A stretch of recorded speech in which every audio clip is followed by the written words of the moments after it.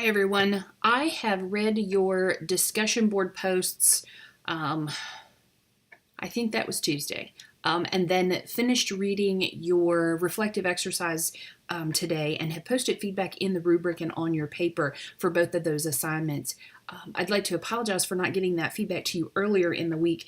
I'm normally able to juggle my work schedule and my other commitments to get a lot of grading done at the beginning part of the week, but this week has just gotten away from me. I've had a lot of meetings and a lot of competing things for my attention, so I'm sorry that it's on Thursday before everything is wrapped up for you. I realize that you are working on your Christian nurse leadership paper that you're going to submit tomorrow. So my encouragement is take the time and go back in, especially your reflective exercise. Look at the feedback that you've been provided for APA. That's probably the thing that you could continue to use development and information for. Let's go back and talk a little bit about your discussion board. Your discussion boards are were you telling the story of your nursing calling. I so appreciate the transparency that you shared with your peers and with me in explaining where you first heard your call to nursing, and what that evolved into for you from a practice standpoint and from a biblical standpoint, how that aligned with your faith and what God wanted for you. Normally, I'm not doing videos right before 6 o'clock. This is normally Madeline and Gracie's playtime, so the growling you hear behind me, they're not actually trying to kill each other. They're playing. If it gets rowdy, I'll pause and come back and put them in timeout.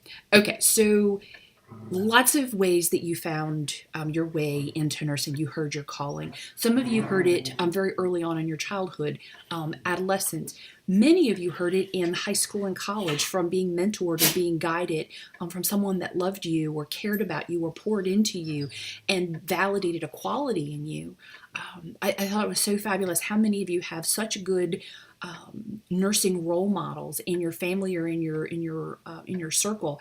I love those grandmas that believe in their granddaughters and really empower them and encourage them. Madeline, get off the table. Get down. You can see no one here listens to me either. If it's going to make me nuts seeing her in my corner view. I can't keep looking at her. Okay. I cannot remember who was writing about their calling and quite transparently said, I don't know that I was ever called to nursing, but I was called to serve the Lord, to serve Him. And the venue I use serving God is my gift of being a nurse. And I thought that was such a beautiful way to describe how we use our talents to serve God in a meaningful way. I thought it was such a beautiful exemplar of how we heard our calling.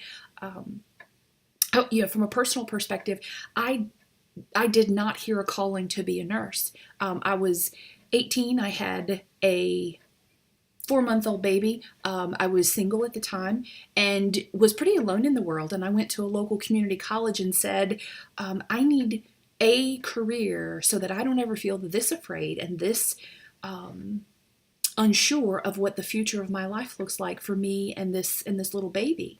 And their suggestion was that I go into nursing because it was a 2-year degree and I could do it pretty quickly. And I was a pretty good high school student. I came back to my family and told my mom that I was thinking about nursing school. And she reminded me that I passed out every time I had my blood drawn and threw up anytime anybody else was sick in my presence. Needless to say, there was not a whole lot of ground swelling support for me being a nurse. What I desperately wanted to do at that time, my intent was to be a teacher. And that was my plan. And then life had a different plan. I am so humbled by God's planning that at that time at 18, I became a nurse because I needed stability and I needed a job. I needed to be able to take care of a baby. But God knew my heart to teach. It took 15 years for me to find my way back into education. But He saw that, 24 years ago when I first went into nursing, God saw the plan. He knew that eventually I would be where my heart wanted to be. But he needed me to be obedient and to follow his plan for my life. Even though I never made it through a single surgery, I passed out in all 3 in nursing school. I finally got to where I was not throwing up when I was trying to start an IV. There's a reason I'm a mental health nurse. If somebody's throwing things at me, that's so much more tolerable than having somebody throw up on me. So appreciate your transparency and know that I truly am. I'm humbled when you share those stories and that you share those in a discussion board that really do kind of a window into your world. So I appreciate the transparency in that. Your papers were really well done. I think your classmate Brooke did the best job wrapping up the ideas behind this paper in a nutshell. Brooke wrote in her conclusion that an ongoing evaluation of nursing care process is an important part of improving patient care, reducing costs, and meeting the overall organizational goals. There are many ways that an organization can choose to view quality improvement. There's no one specific measure that an organization should focus on, but instead complete an evaluation of the needs of the organization and then develop improvement goals with a focus on patient outcomes. A Christian nurse professes faith through servant leadership. This leadership includes a promise to provide the best possible care and highest level of commitment to the patient population that is served. And Brooke, you did such a lovely job of saying there's so many ways we measure quality. There's so many things that are nurse specific. And honestly, the reason it's nurse specific is because we do so much in the hospital. Brooke's words here are very clear that there are a lot of ways to measure it. Lots of yardsticks, lots of metrics, lots of data we can pull together. What matters is that we always remain focused on a patient outcome and how we get there. So I thought that was a great exemplar from that. Really enjoyed those papers. And some of you guys are like quality experts. So if that is your calling, God love you and God bless you. I think that is just super great because that means very good things for your patients. And then in a leadership position in your future, if you're not already in a leadership position, that bodes well for your organization, that you're thinking quality in an effective way. APA, I just want to hit some highlights.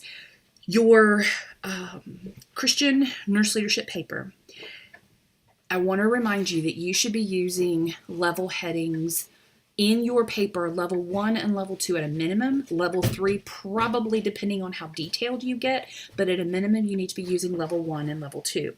This is to help organize your thoughts, but also to help guide your reader. Level headings should be short, they should be concise, and they should say what's in the following section of your paper. So make sure you're using those. Your reference lists are looking really good. I wanted to shed some light on scholarly writing.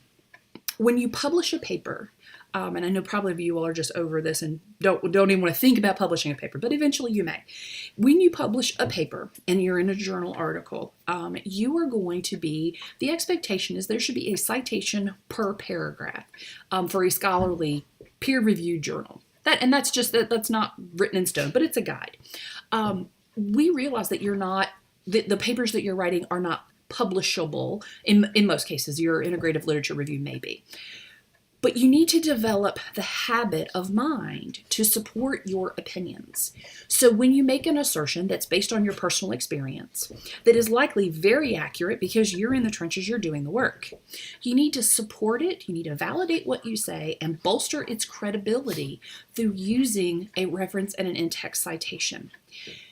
And that's especially important if you're being very specific about details. If you're citing numbers or findings or opinions that are about a practice area, you need to cite it. So as you go through your Christian nurse leadership paper, make sure that you do not write a creative writing piece, which is a paper that doesn't have scholarly support. Make sure that you're taking the time to write a scholarly paper that's well supported. When you're done with your paper, go back in and use a highlighter or circle.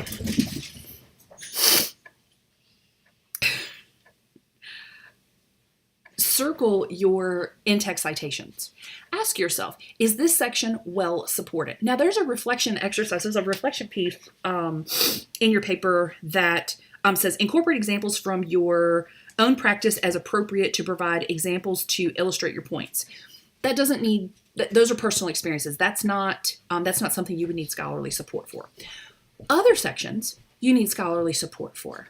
So be very thoughtful about how you're supporting your ideas. And again, it's not that your ideas are wrong or that they're not valid or that they're not insightful. It is just the habit of mind of professional writing, which is to support and validate your opinions and experiences with literature that validates it.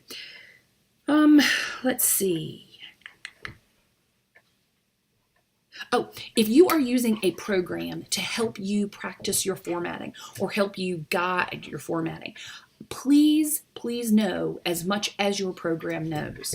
There are programs that generally, if you accidentally put in the wrong thing in the wrong field, a lot of embedded programs in Word that help you do formatting, they work well. But if you accidentally put information in the wrong section, or you hit the wrong button, or you pick the wrong type of citation, what's going to be auto-formulated is going to have errors. So you've got to know what each element of a paper is and what it should look like. So when you proofread it, please do not assume that because you're using an embedded program in your document that what you have submitted is correct. I personally use an embedded document and an embedded program when I was writing undergraduate, and that was kind of how I learned. I don't use it now because the world I live in, I use APA all the time. It's okay to use a program. No harm, no foul, truly. But you got to know what you're putting into the program and be able to proofread what your program is putting out as far as your in-text citations and your references to make sure that they look the way they're supposed to look. So don't use a program in lieu of your APA manual. You got to have both. One saves you time, but the other one saves you heartache to make sure you've got them correct.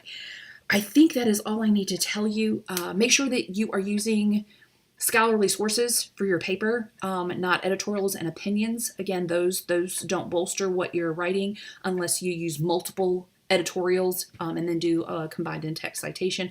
That's a whole nother conversation. Be thoughtful about your approach. This is going to be your last feedback video. Some of you will be relieved to hear that.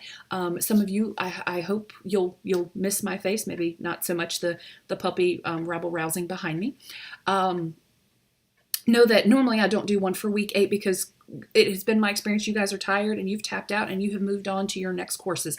Completely get that. You will get feedback to your Christian nurse leadership paper. So know that even though the course is closed, if you have questions about that assignment or concerns, please know that I'm here.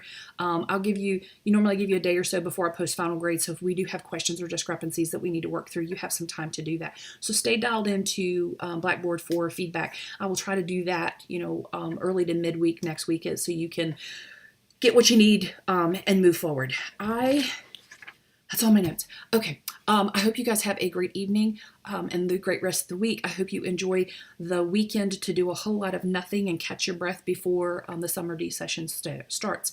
Know that I'm here. Know that I'm praying for you, and it has been my joy to have you in the class. And I look forward to seeing you down the road sometime. Take care.